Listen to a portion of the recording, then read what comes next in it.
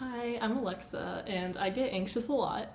And while I take steps now to address where my head is at and work to improve my state of mind, my life has not always made sense to me, which is why it took years for me to learn what is best for me and how I should best work through my stress, anxiety, and sadness.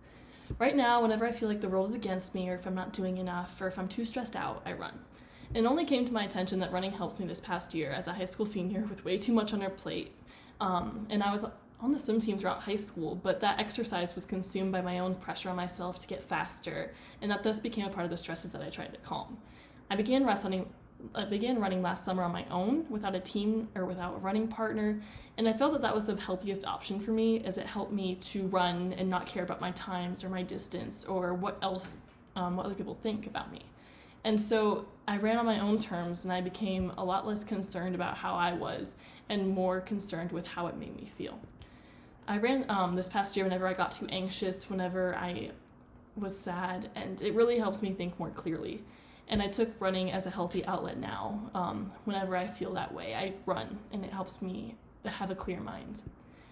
I also began looking for other things that made me feel the way running does, and so I've kind of come to spend more time outside. I lay down in the sunshine, I read more books outside, and I find that those things help me to become more in tune with nature and get away from the screens and stresses of my academia. And after realizing the benefits of these actions, I kind of recommended running, walking, and quality time outside to my friends.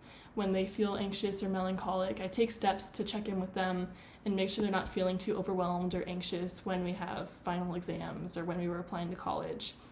And at school, we'd make efforts to eat at lunch outside, read often, and laugh to combat the anxieties we're all facing. I found that practicing these habits individually helped me to realize their benefits and made me more likely to share them with my friends. And sharing what works for me, I've also come to learn what works for them.